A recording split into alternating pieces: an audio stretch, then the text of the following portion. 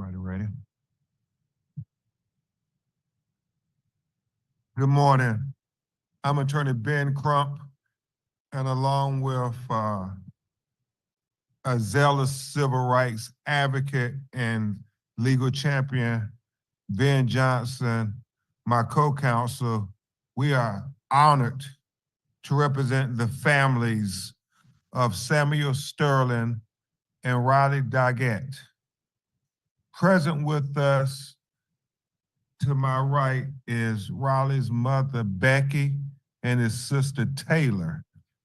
And to Ben's left is Samuel Sterling's parents, Andrika Cage and Michael Sterling. We're here to announce the filing of what we believe very important lawsuits on behalf of both of these families. You're going to hear from Attorney Johnson in great detail the legal maneuvers to make sure that we focus attention to where it needs to be. And that is on these videos that show police officers using their vehicles as weapons to kill her son and the Sterling son. Just think about that for a second. As we've said previously, they posed no threat. They both were running away from the officers. So why would the officers use their automobiles as weapons to kill these young men? It boggles the mind when you think about how unjustified it is. First of all, they're running away, so what is the imminent threat to use excessive force? Certainly excessive deadly force. And then why would you use a car? Where's that in the police training? And I understand we're dealing with some very interesting times, shall we say, in our country. But there is no way you can justify what happened on this video. Police officers using their vehicles to kill young men here in Michigan going away. It is important to mention that as it relates to Becky, I mean, this is truly her last chance at justice, any measure of justice, because prosecutors have declined to bring criminal charges against the killer cop who killed her son, Riley. We know there's pending criminal matters with the killer of Samuel Sterling, but that remains elusive until we actually get accountability. So it is equally important these civil actions are going forward, because these truly are the opportunities. If they're ever going to get any justice, it is going to be because of the work that Attorney Johnson and our legal teams are going to do on their behalf.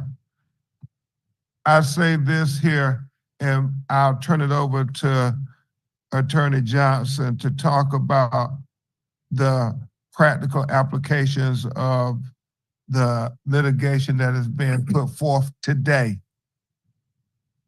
In a society where we say the Constitution matters, in times when it seems that the constitutional protections are too extravagant for everyday American citizens, these two cases stands as hallmarks to whether or not in America we're going to have a nation of laws, or we're going to have just knee-jerk reaction of political impulses that make all of us in jeopardy of being able to have the Constitution be real for us. In the last 72 hours of this new administration, the elasticity of the Constitution has been stretched in ways we've never seen it stretched before. But if we allow innocent people who are running away, not convicted of anything, they're running away, and the police to use their vehicles to kill them, then God help America. Then God help America. Attorney Johnson. Good morning.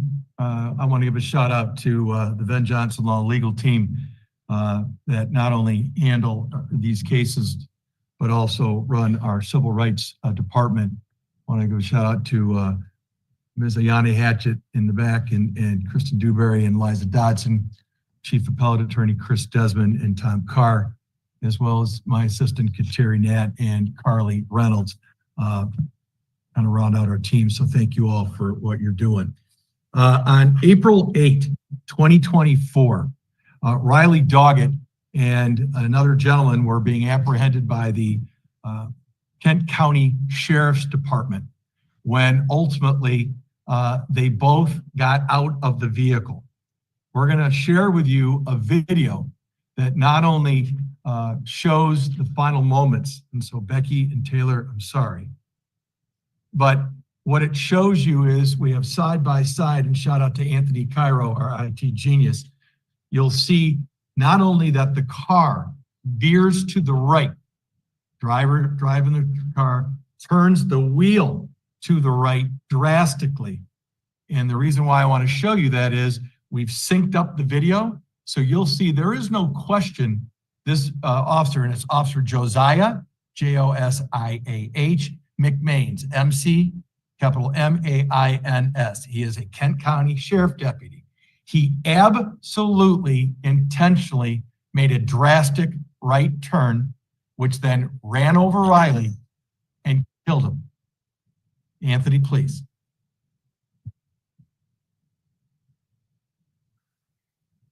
So you're seeing his body-worn camera. That's how we have the view of the steering wheel. And then we have the camera, the dash cam that shoots out the front of the vehicle.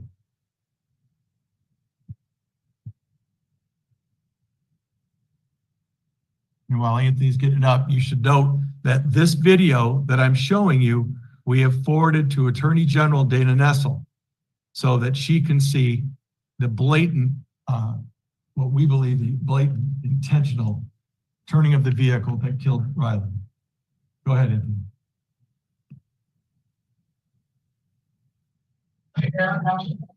Stop, please. Stop, please.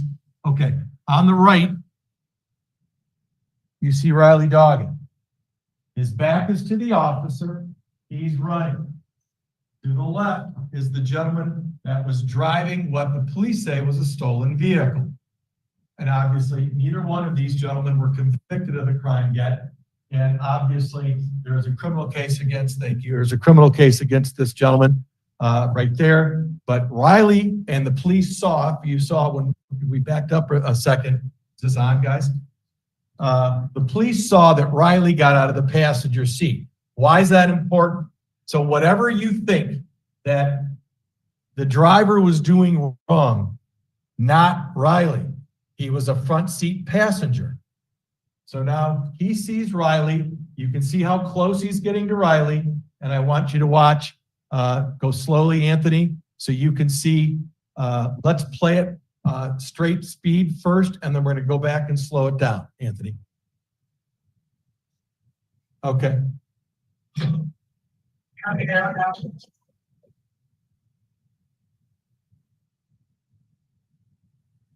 Now he's going left to go around him. Now watch the turn.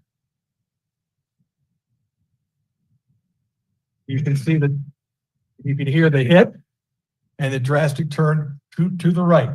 So the officer was going to, and has said apparently, that he wasn't intending to hit Riley. He was trying to get in front of him and block his path.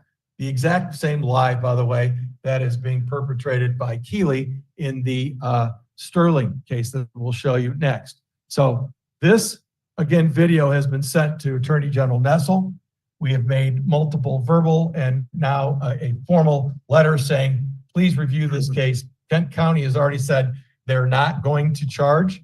And for those that didn't see Chris Becker's press conference on that, he actually said that he didn't believe that the car actually hit Riley, that Riley stepped in front of the car, is what he said, which clearly did not happen since Riley got run over by the front wheel. Can you play it one more time? Yep. Do it again, Anthony, please.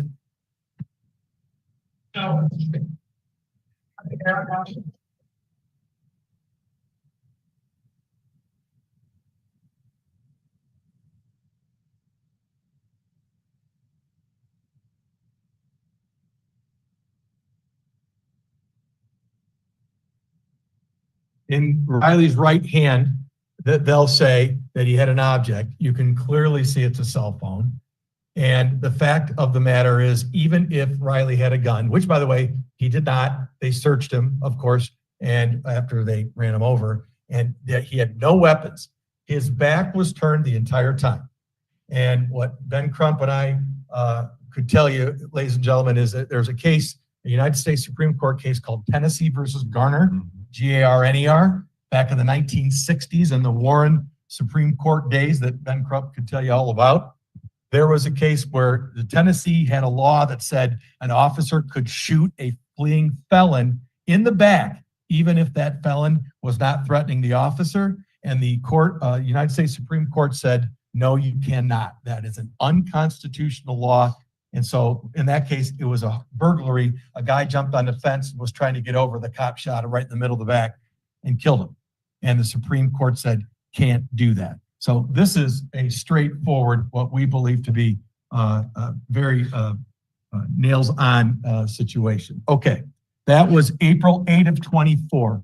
And the last thing I'm going to say relative to that is, again, Ms. Wilbert Becky and her family through counsel and others have literally begged the authorities to do something criminally against McMain, and they refused. So today we filed the civil action on their behalf. We filed it in the United States District Court in the Western District of Michigan. So that'll mean that it will be either in Grand Rapids, Kalamazoo, or Lansing, depending on how the court processes it. And it is an excessive force case, but we've also listed a number of state claims as well. Sadly, 9 days later, on April 17, 24, an almost identical situation happened with Keeley, Detective Keeley, Trooper Keeley at Michigan State Police at the Burger King. And you all have seen that video, but I'm going to show you a similar video where we've got the body cam and the on-dash camera so you can see the intentional steering of the car to the right.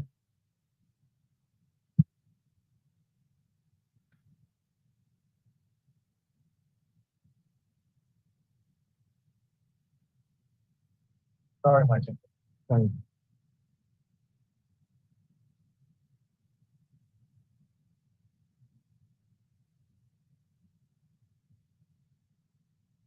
Okay.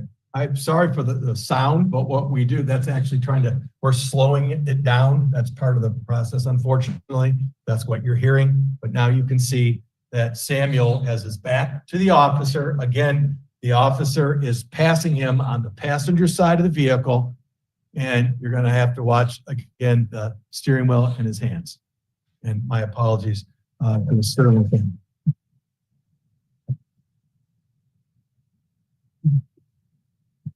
Scott, can you show the body camera? And then you all will recall that the day of this incident, so 9 days after Riley was run over and killed, Michigan State Police administratively removed Keeley, and then about a month later charged Keeley with state crime.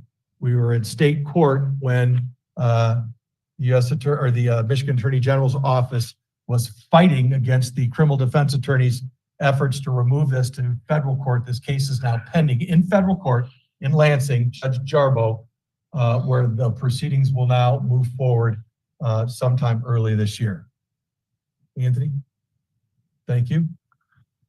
Today we filed actually 2 cases on behalf of the Sterling family. Enrique Cage is what we call the personal representative of her son's estate, Becky Wilbert being the personal representative of Riley's estate.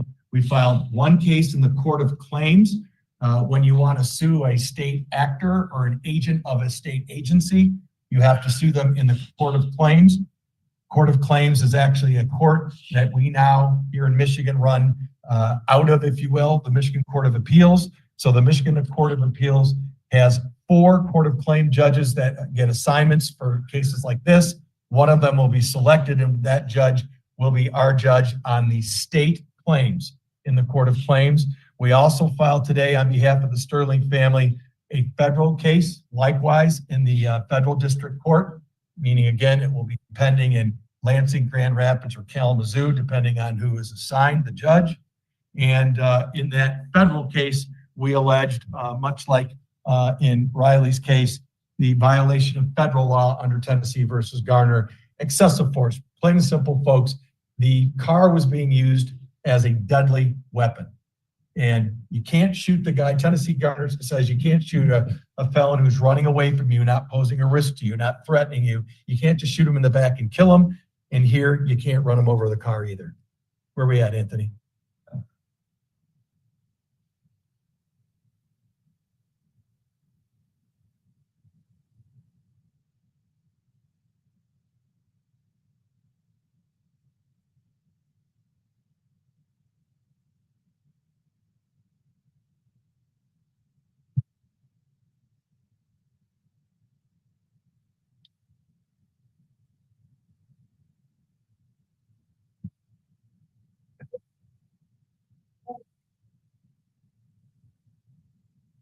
Watch the steering wheel.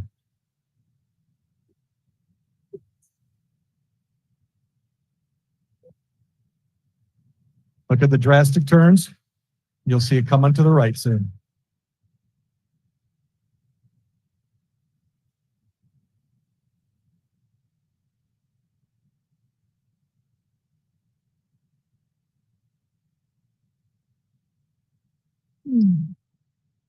And what you can see there, obviously, that when Samuel was run over by Keeley, Samuel was actually over the curb on the sidewalk when Keeley intentionally steered right.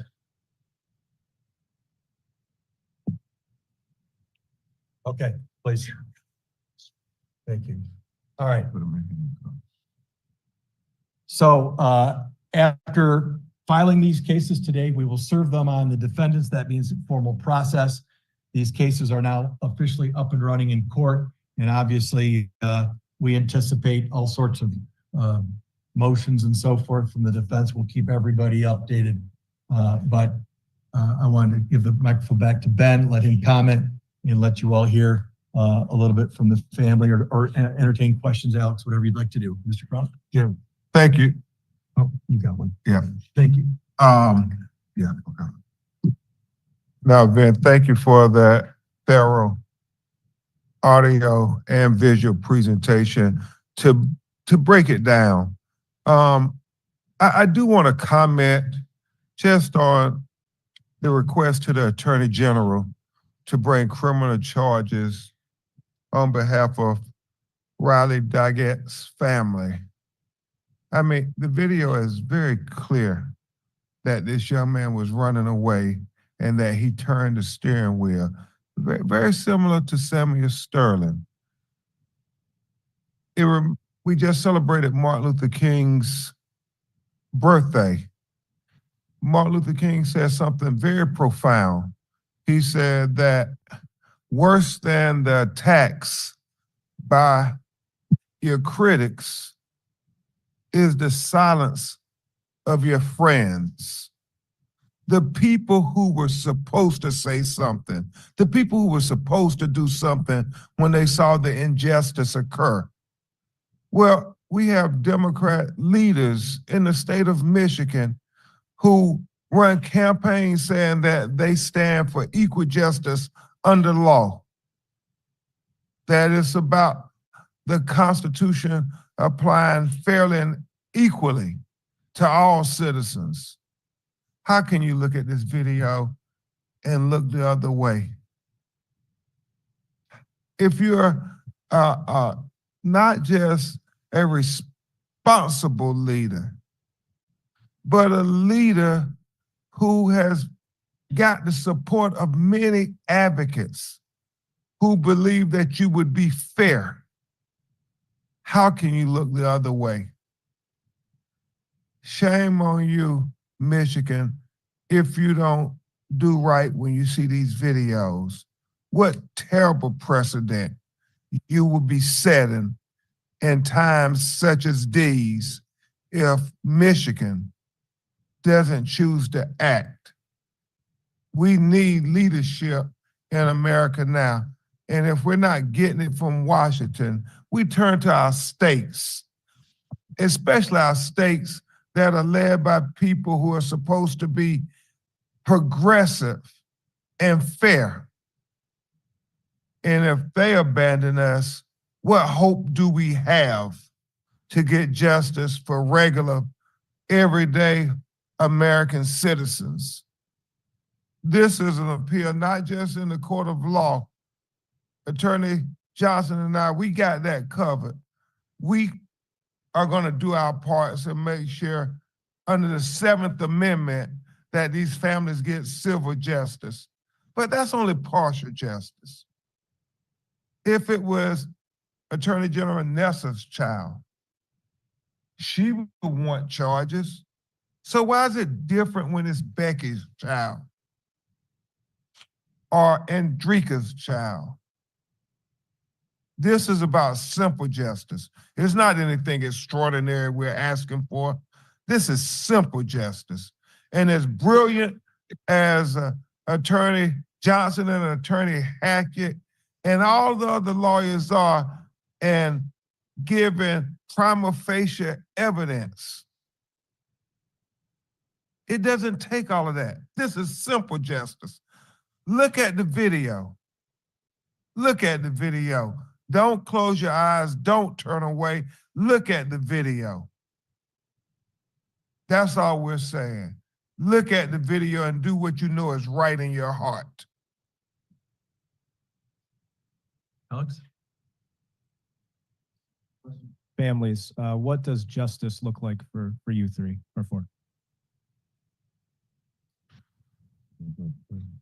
Thank you. The only thing that we would want is for the officer to be charged. Well, I can't bring my son back. Nobody can bring my son back. But for him to be charged would be a piece of justice for us. Justice for me is the same way. I believe that officer should serve his time. Because if this role was a different way, my son would have had to serve his time. So Yep. I believe that he should do his time. You can't bring Samuel back. And I had to come to that agreement that I will never see him again. I had to see him on TV constantly. And I have come to that conclusion that he's never coming back. That officer took away something that everybody in Grand Rapids loved. Michael Taylor?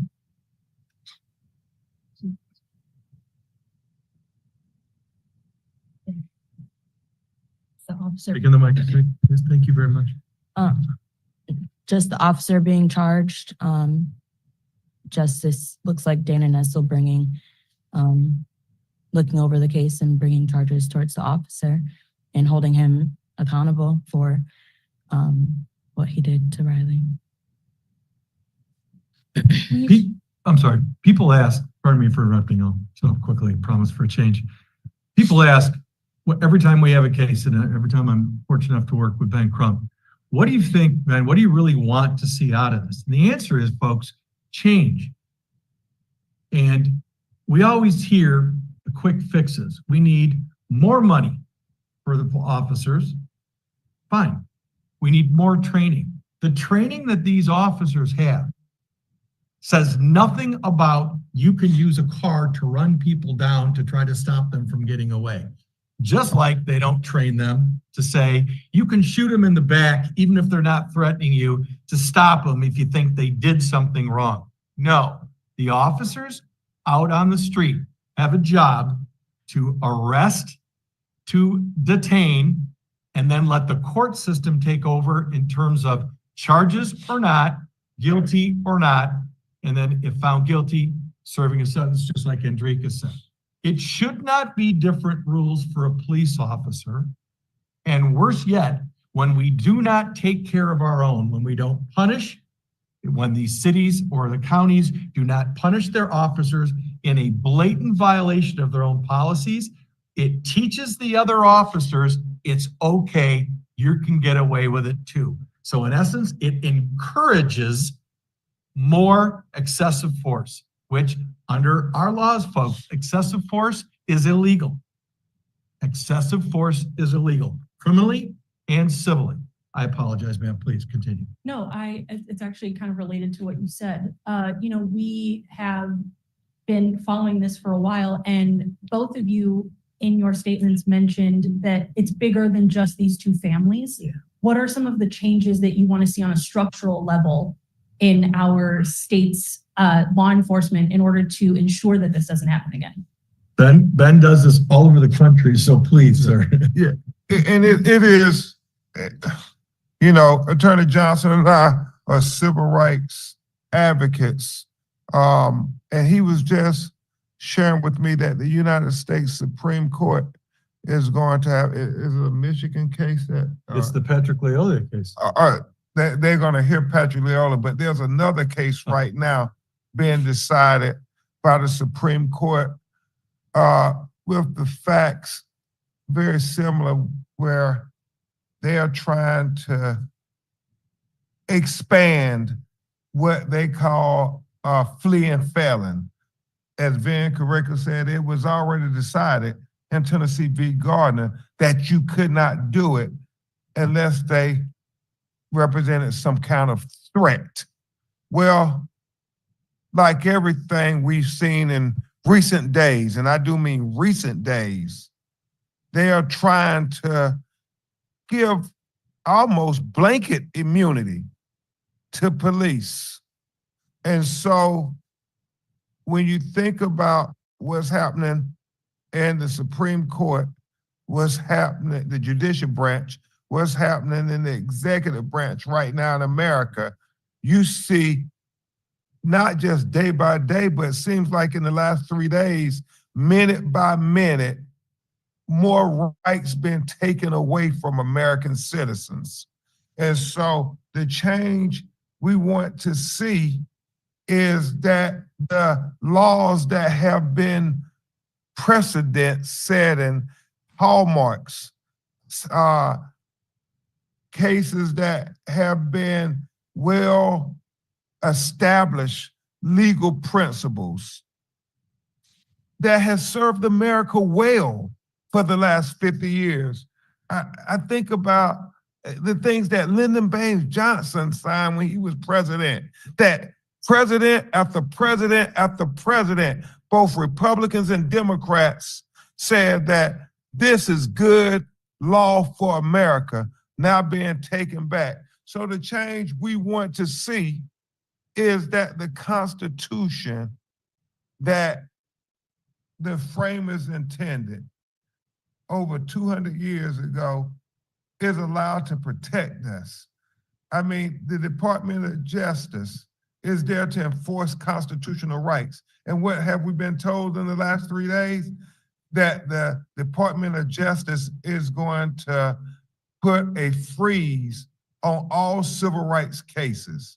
It is very troubling. So these cases present an opportunity to say that, no, we don't allow police to get away with murder.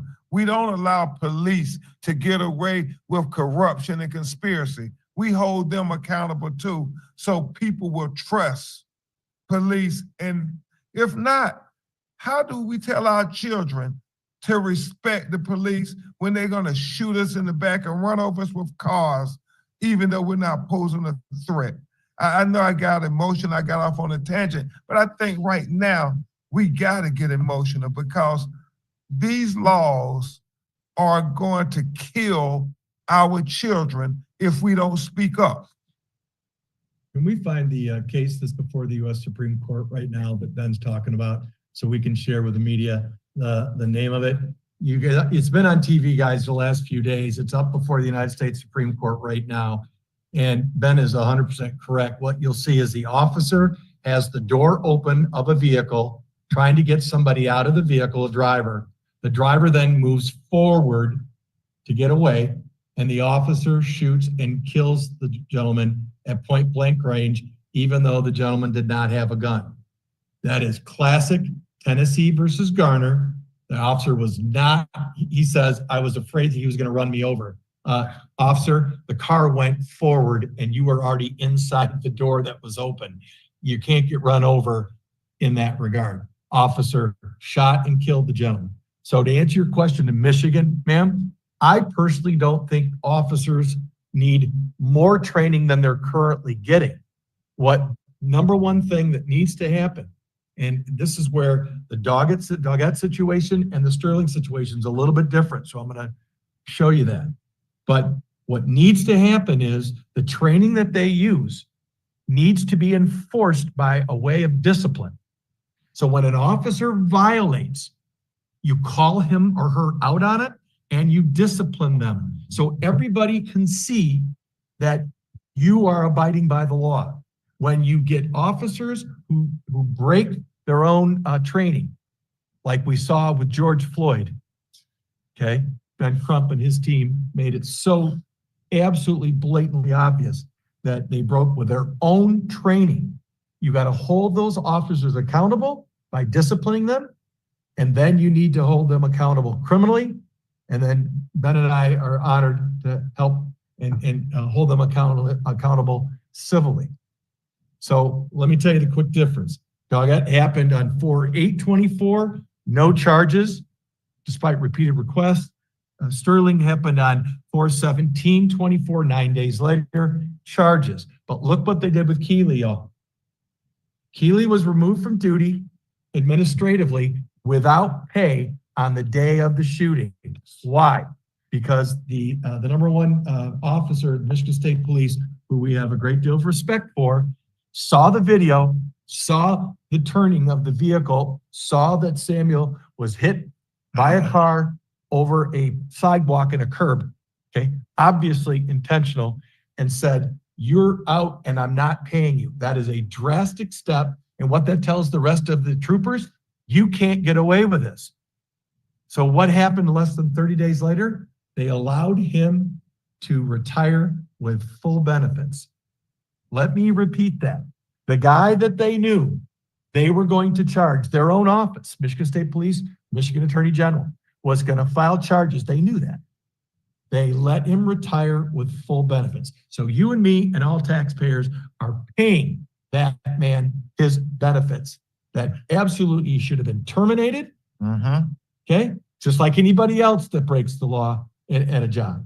So if you have policies and procedures in place, which all officers not only do, but they have to under the law now, use the policies as a tool. At Johnson Law, somebody does something like this, I am walking them out the door. I am terminating their employment. Sorry, I can't help you here. You just ran over somebody and I can't allow that. And gone. I don't pay them benefits or anything.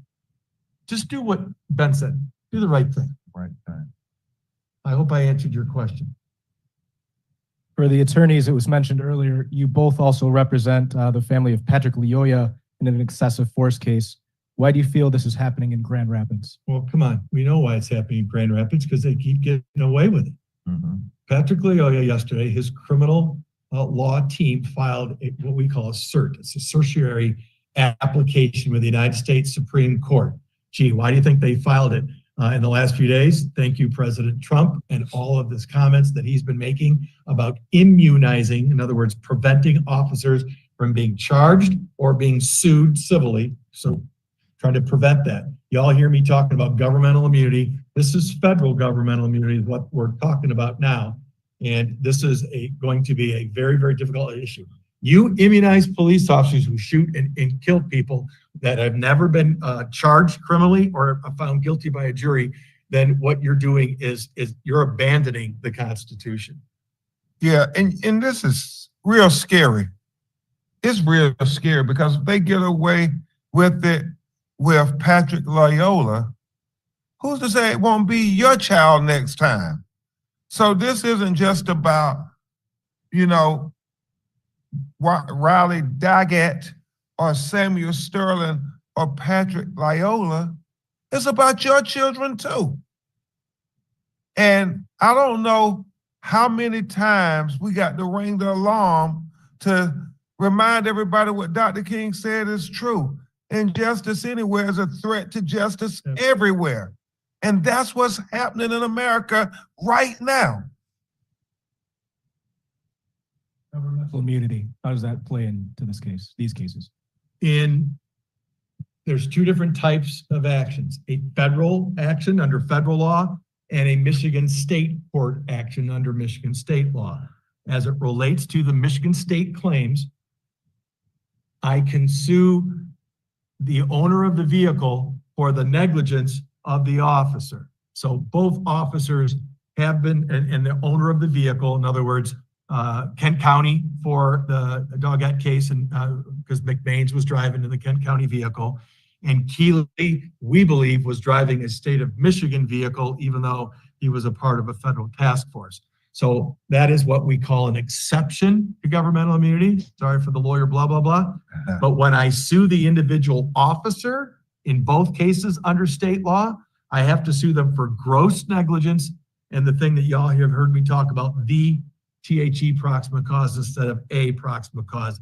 And it just gets into a just ridiculous analysis that is, I think, epitomized on how grotesque the governmental immunity is in Michigan by the Oxford case that you all know. We're currently in the Michigan Supreme Court to try to turn that around and find justice for those folks.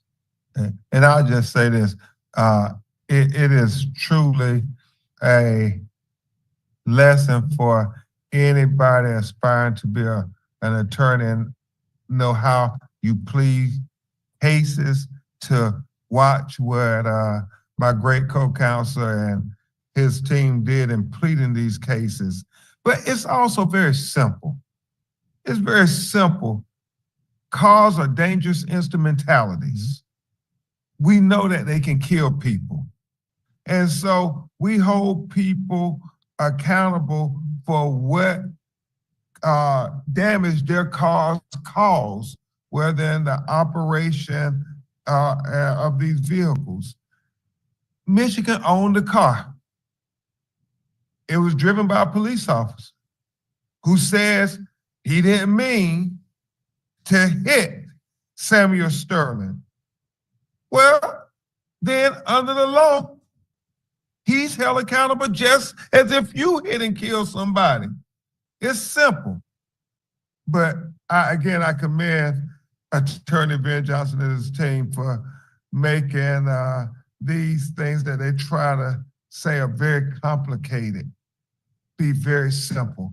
You know, they always say when you're fighting for justice for marginalized people, oh, it's going to be very hard to get justice. They said that with George Floyd too big. Oh, we don't know. How do you not know? The video is right there in your face. It's not a hard case. It's not hard to the Attorney General to look at what should be done for Riley Doggett. It's not hard when you think what the state of Michigan should do for Samuel Sterling, knowing that they own the vehicle. It is not complicated. It's simple justice. Grand Rapids Police earlier this week mentioned that Samuel Sterling was in a vehicle with his brother that left a homicide scene in 2023. Will that impact this civil case, and do you think it's relevant at all? That is from MLive. Absolutely not. The relevant inquiry, lawyer words, the most important factor in a police custody situation like this is, what did the officer know? That officer knew nothing about this, whatever media says happened or didn't happen, or what have you. It will not anywhere come near being admitted to evidence our case. So it has nothing to do with anything. And it's just, as far as I'm concerned, not only hearsay, it's gossip, but it has zero to do with anything other than to do what happens in every single one of these cases when you represent the victim of an officer, wrongful death, shooting, or a car used as deadly force, smear campaign against the family. They think that's going to help them somehow. I think it's sick. Thank you. I'd like to open up for last remarks from you two gentlemen and the families. No further questions at this time, but a last call for anyone in the room or on Zoom. Michael, anything? Andrika? No. Taylor, Becky?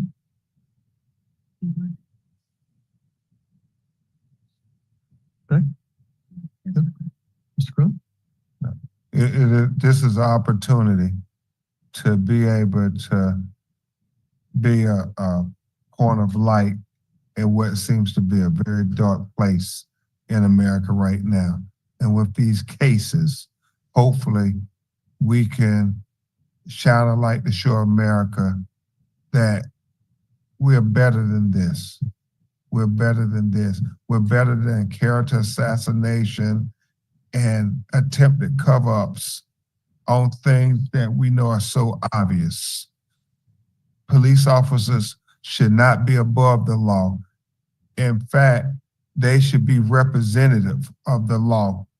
Michigan, how about we send that message to America? Now more than ever, we can be the example, but it's going to take Michigan leaders to rise to the occasion. This is an opportunity. These cases present an opportunity to the state leadership of Michigan. And I'd like to thank media for being here. Please use these videos if you need them. If we can help cut them down or do whatever you need, let us know. I'll hook you up with our IT genius, Anthony Cairo. But these videos speak for themselves. You see the car veering quickly to the right when someone is running next to your car. And what Ben said is a perfect example. If any one of us were driving a car and there was a pedestrian out by our front wheel, the last thing in the whole world you would ever do is what? Turn right.